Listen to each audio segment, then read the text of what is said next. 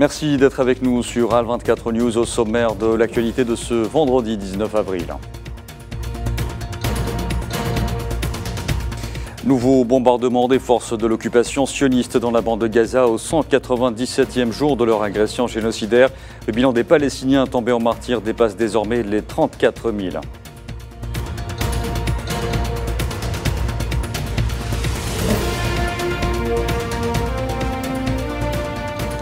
Échec du Conseil de sécurité à adopter un projet de résolution présenté par l'Algérie recommandant à l'Assemblée générale l'admission de l'État de Palestine comme membre à part entière de l'ONU. L'Algérie promet un retour en force.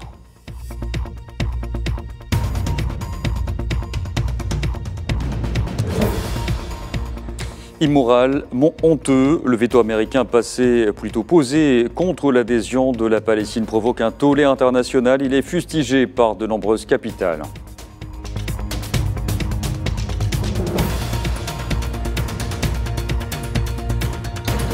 Et puis l'entité sioniste poursuit l'escalade avec l'Iran, menant une nouvelle attaque à l'aide de drones. Les appels à la retenue se multiplient.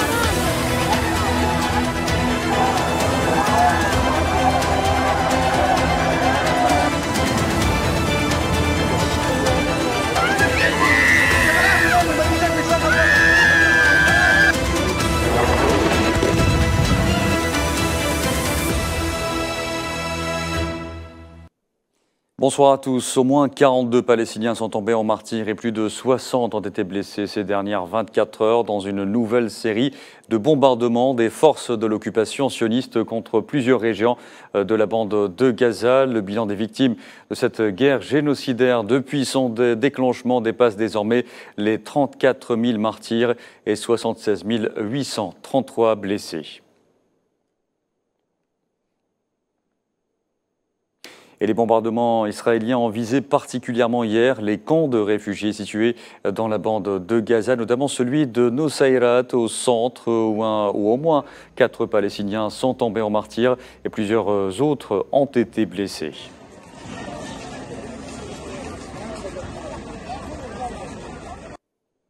D'autres régions du centre de Gaza ont été visées par des raids de l'aviation sioniste, à l'instar du quartier de Sheikh Radwan, au nord de la ville de Gaza, où un Palestinien est tombé en martyr. 3 ont été blessés et 15 sont portés disparus.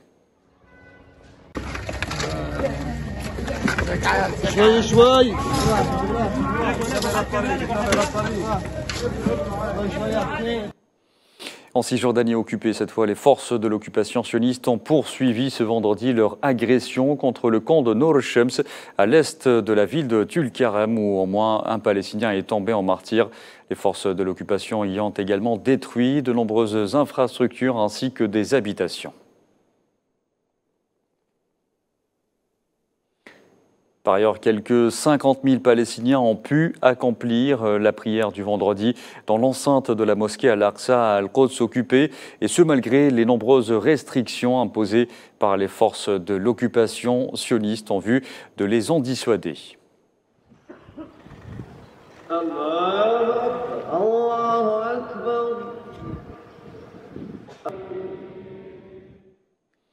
Je vous le disais en titre, le Conseil de sécurité a échoué hier à adopter un projet de résolution présenté par l'Algérie au nom du groupe arabe, recommandant à l'Assemblée générale l'admission de l'État de Palestine comme membre à part entière de l'Organisation des Nations Unies.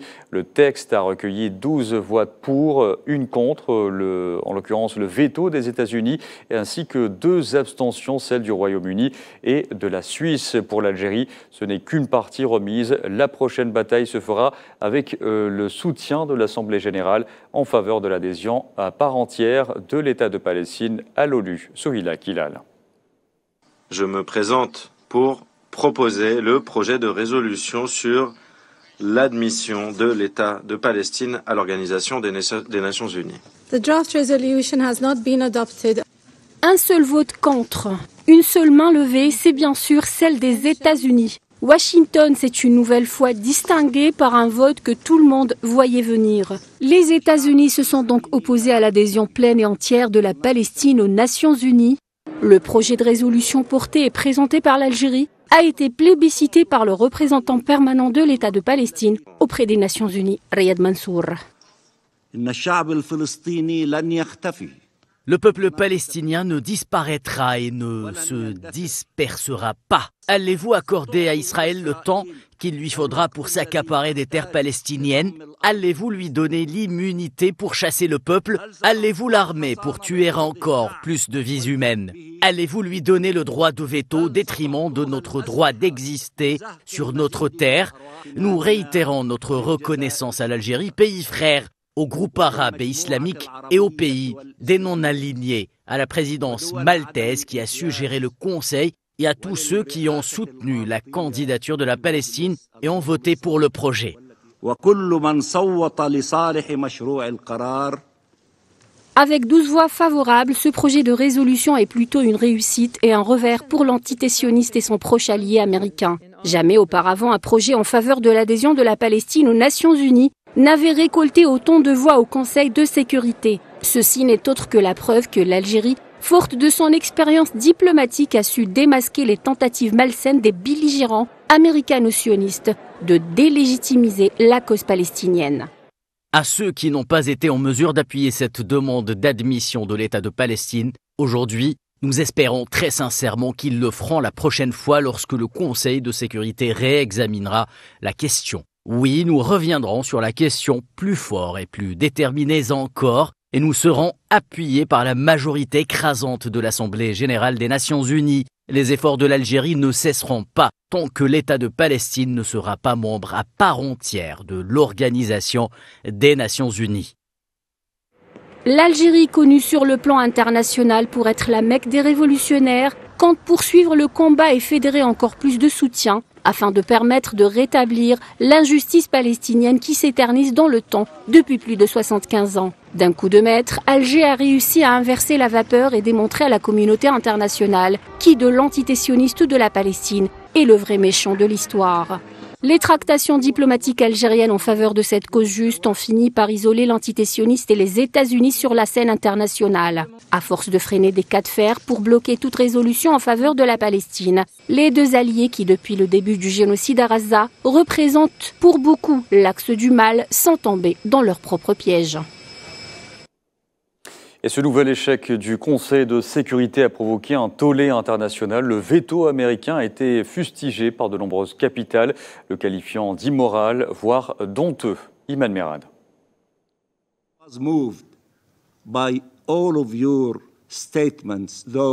J'ai été ému par toutes vos déclarations, celles de ceux qui ont voté pour et même celles de ceux qui ont voté différemment, par la passion qu'ils ont manifestée dans leur engagement et leur compréhension de la douleur et de la situation du peuple palestinien. Je vous salue au nom du peuple palestinien et de ses dirigeants. I salute you in the name of the Palestinian people and their leadership. C'est avec beaucoup d'émotion, mais surtout de désolation que Riyad Mansour a accueilli le rejet du Conseil de sécurité du projet résolution permettant à la Palestine de devenir membre à part entière de l'ONU. La présidence palestinienne a dénoncé l'utilisation par Washington de son arme principale à l'ONU, le veto, et ce, afin d'empêcher cette adhésion, qualifiant cette démarche d'immorale et de contraire à la volonté de la communauté internationale soutenant la Palestine. Une pluie de réactions internationales portée par l'indignation ne s'est pas fait attendre. La Chine, qui avait appuyé la veille l'initiative algérienne, a réitéré son indéfectible soutien à la Palestine dans sa volonté de devenir un État membre officiel des Nations Unies. La Chine a toujours été du côté de la paix, de la justice et de la conscience sur la question palestinienne. Nous soutenons fermement la Palestine dans sa volonté de devenir un État membre officiel des Nations Unies. Nous continuerons à travailler avec toutes les parties concernées pour déployer des efforts inlassables afin de calmer le conflit à Gaza le plus rapidement possible, d'atténuer la situation humanitaire, de promouvoir la mise en œuvre d'une solution à 2 États et de jouer un rôle constructif. De son côté, l'ambassadeur de la Russie auprès des Nations Unies a dénoncé le veto américain, qualifiant cet agissement d'une tentative désespérée. L'utilisation du veto par la délégation américaine aujourd'hui est une tentative désespérée d'arrêter le cours inévitable de l'histoire. Les résultats du vote, Washington était pratiquement isolé, parlent d'eux-mêmes. Le chef de la diplomatie irlandaise s'est également exprimé sur le réseau social X, dénonçant le vote américain. La Syrie, sujette au bombardement incessant de l'occupant sioniste, a condamné ce veto. Le ministère syrien des Affaires étrangères a indiqué que cette entrave représentait un autre stigmate de honte qui s'ajoutait à leur registre plein de comportements frappant et portant atteinte aux principes de l'action internationale collective et leur parti pris aveugle en faveur de l'entité sioniste, soulignant l'hypocrisie américaine via la gestion sélective de la mise en œuvre des résolutions du Conseil de sécurité. Le ministère égyptien des Affaires étrangères a lui aussi exprimé ses profonds regrets suite à l'incapacité du Conseil de sécurité d'adopter ce projet, tout comme l'Arabie saoudite, la Jordanie et le Conseil de coopération islamique. Et 6 mois et demi d'agression à Gaza ont créé un enfer humanitaire. C'est dans ces termes que le secrétaire général des Nations Unies, Antonio Guterres, a qualifié la situation dans l'enclave palestinienne tout en fustigeant les blocages de l'entité sioniste dans le dossier de l'aide humanitaire. Is often cancelled out by delays and restrictions. For example, in Gaza, 6.5 months of Israeli military operations have created a humanitarian hellscape. À Gaza, 6 mois et demi d'opérations militaires israéliennes ont créé un véritable enfer humanitaire. Des dizaines de milliers de personnes ont été tuées, 2 millions de Palestiniens ont enduré la mort, la destruction et le refus d'une aide humanitaire vitale. Ils sont aujourd'hui menacés de famine. Une opération israélienne à Rafah aggraverait cette catastrophe humanitaire. Fournir une aide à grande échelle nécessite qu'Israël facilite pleinement et activement les opérations humanitaires, notamment par le biais d'un système de notification humanitaire fonctionnel et des communications améliorées et directes entre les humanitaires et les décideurs militaires sur le terrain. Ceci est essentiel et doit être mis en œuvre immédiatement. Et dans une tentative de contenir la situation sur le terrain, les pays du G7 se sont dit opposés à une opération militaire à Rafah menée par l'entité sioniste, et ce à l'issue d'une réunion sur l'île italienne de Capri. Naïla El Hamouda. Près de 7 mois de génocide sioniste et de terreur, la situation à Gaza est déchirante. Des mois de violence sioniste ont entraîné la mort des milliers de civils, détruisant tout sur leur passage. Toujours assoiffée de sang, la horde sauvage sioniste menace de mener une opération terrestre sur Rafah. Une perspective qui ne cesse de faire réagir la communauté internationale. Les chefs de diplomatie du G7 ont exprimé vendredi leur opposition à une opération militaire d'ampleur à Rafah, tout en dénonçant le nombre inacceptable de civils, dont des milliers de femmes et d'enfants, qui sont tombés en martyrs dans l'enclave palestinienne suite à l'agression sioniste barbare en cours. Nous avons également réitéré notre opposition à une opération militaire israélienne à Rafah et nous avons répété que notre objectif est d'avoir 2 États pour 2 peuples. Dans le communiqué final publié à l'issue de leur réunion de 3 jours sur la petite île italienne de Capri, les chefs de diplomatie du G7 affirment que l'agression sioniste contre Rafah aurait des conséquences catastrophiques sur la population civile, en nuançant toutefois leurs propos pour ne pas froisser leurs alliés sionistes. Nous réitérons notre appel en faveur d'un plan crédible et pratique d'un point de vue logistique pour y protéger la population civile. L'Italie, qui assure la présidence tournante du G7, cherche à parvenir à un cessez-le-feu à Gaza et à réduire les tensions au Moyen-Orient. Des manifestations pro-palestiniennes ont eu lieu dans les rues de Naples aujourd'hui, jour de clôture de la réunion du groupe des 7. Les manifestants brandissent des drapeaux palestiniens et scandaient des slogans de soutien à Gaza. Et toujours au volet diplomatique et au terme de sa visite de travail à New York, le ministre algérien des Affaires étrangères, Ahmed Attaf, s'est entretenu notamment avec son homologue iranien Hossein Amir Abdullahian. Rencontre axée sur le suivi de la mise en œuvre des résultats des pourparlers qui ont eu lieu récemment en Algérie entre les présidents des deux pays, outre l'évolution de la situation dans la bande de Gaza et les efforts déployés à différents niveaux pour soutenir la cause palestinienne.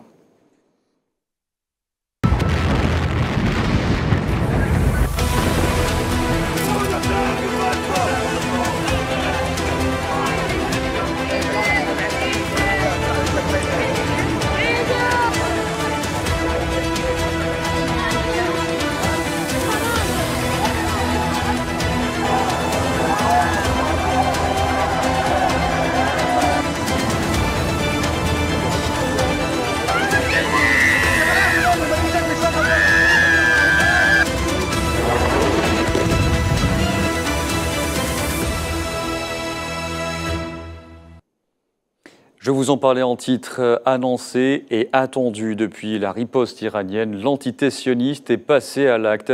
Des explosions ont été entendues dans le nord-est de la province centrale iranienne d'Ispahan. Même si elle n'est pas d'envergure, cette attaque attribuée à l'entité sioniste risque de mettre en péril le fragile équilibre dans la région. Safwan Ben Sabri.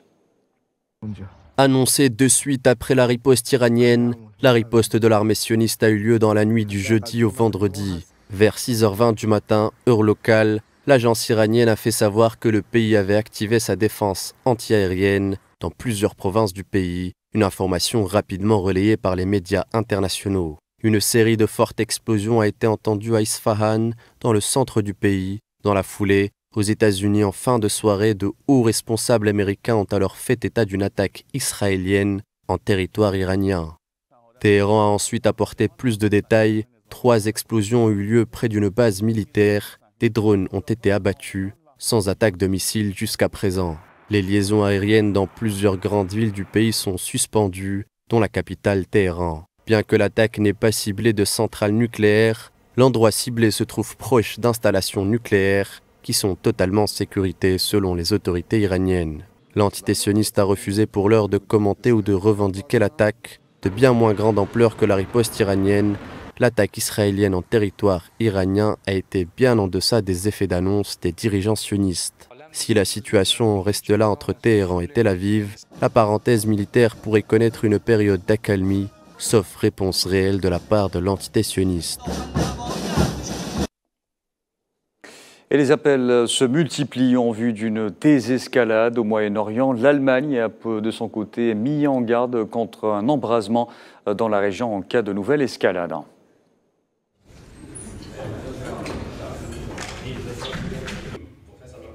Ce qui est important, c'est que nous mettions en garde contre une nouvelle escalade. La désescalade doit désormais être le message de l'heure. Nous devons absolument empêcher une conflagration dans la région et cet appel s'adresse à toutes les parties. Et sur fond de tensions croissantes au Moyen-Orient, le FMI adapte ses prévisions de croissance économique. La zone Afrique n'est pas à l'abri d'un choc, notamment dans les régions actuellement vulnérables à la moindre escalade sur le plan géopolitique, voire militaire. Kherdin Batash. L'économie mondiale bat au rythme de l'escalade au Moyen-Orient depuis quelques jours. Le Fonds monétaire international revoit sa copie et adapte ses prévisions de croissance à la donne géopolitique. Bretton Woods parle d'un amoncellement de nuages au-dessus de la région.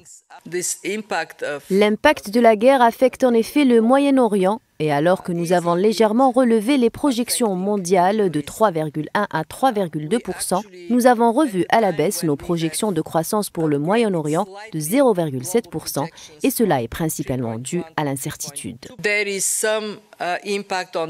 L'impact sur le voisinage se manifeste de la manière suivante. Il est le plus grave au Liban, un peu moins dans les autres pays. La Jordanie fait preuve d'une résilience remarquable, de même que l'Égypte. L'impact se fait ressentir essentiellement dans la région, même si le continent africain, sujet d'abcès sécuritaires et de nombreux troubles, n'est pas épargné, notamment le Soudan qui ne voit pas d'issue à la crise humanitaire et économique. Celle-ci vient s'ajouter au drame humain qui est celui d'un conflit armé au bilan très lourd en termes de victimes et aux conséquences dévastatrices en termes d'économie. Je souhaite simplement attirer l'attention sur deux pays qui devraient recevoir davantage d'attention qu'ils n'en reçoivent actuellement, le Soudan et le Yémen. Au Soudan, la situation est terrible, tout comme au Yémen. Le principal message que nous voulons faire passer aujourd'hui est que tant que nous serons dans une situation de conflit, l'économie, la situation humanitaire et la situation sociale continueront à se détériorer. Et pour une économie, pour un pays comme le Soudan, avec tout ce potentiel, il est important d'arrêter très rapidement l'hémorragie et de passer à une phase de reconstruction. La patronne du FMI recommande aux États de renforcer en urgence leur résilience budgétaire afin d'être prêts à affronter le prochain choc. Allez, retour à New York où le chef de la diplomatie algérienne Ahmed Attaf a participé ce vendredi au siège des Nations Unies à une séance de discussion de haut niveau de l'Assemblée générale sur la mise en œuvre des objectifs de la décennie des Nations Unies pour l'énergie durable. Cette session a été l'occasion de passer en revue l'expérience de l'Algérie au niveau national ainsi que ses efforts pour contribuer à la réalisation de la sécurité énergétique au niveau régional et international. وقد تمكنت الجزائر تحت قيادة رئيس الجمهورية السيد عبد المجيد تبون من L'Algérie a réussi sous la présidence du président de la République, Abdelmadjid Tebboune, des avancées considérables dans ce domaine. En ce qui concerne l'indice d'accès à l'énergie, le réseau national d'électricité couvre 99% de la population avec une capacité de 25 000 mégawatts, alors que les différents programmes de raccordement au gaz naturel touchent 73% de la population.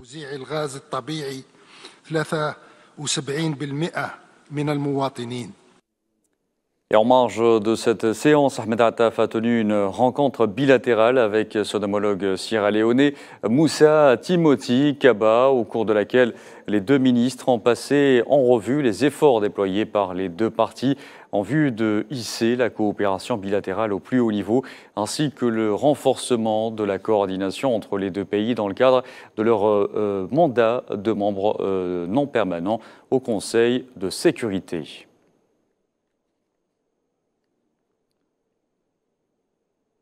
Sahara occidental, le représentant du Front Polisario auprès des Nations Unies et coordinateur avec la MINURSO, Mohamed Sidi Omar, a réfuté les allégations du représentant de l'occupant marocain auprès des Nations Unies lors du débat du Conseil de sécurité portant sur le rôle de la jeunesse face aux défis de la sécurité dans la région méditerranéenne. Tenu le 17 du mois en cours, Omar El-Hilal avait rejeté l'existence historique du Sahara occidental. Ces allégations ont provoqué l'ire de Mohamed Sidi Omar qui a dénoncé une manipulation du récit historique. La Mauritanie à présent, où le président sénégalais Bassirou Diomaye Faye a effectué hier une visite officielle accompagnée d'une importante délégation. Il a notamment été reçu par son homologue mauritanien Mohamed Ould Cheikh El Ghazouani. Les deux présidents ont convenu d'œuvrer à la consolidation des liens privilégiés qui unissent les deux pays avant de passer en revue la coopération multiforme touchant plusieurs secteurs.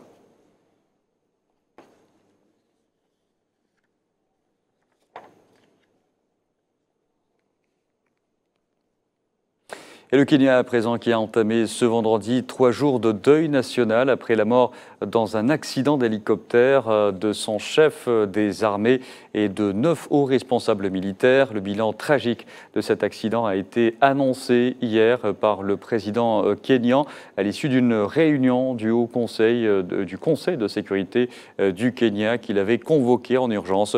2 militaires ont par ailleurs survécu au crash.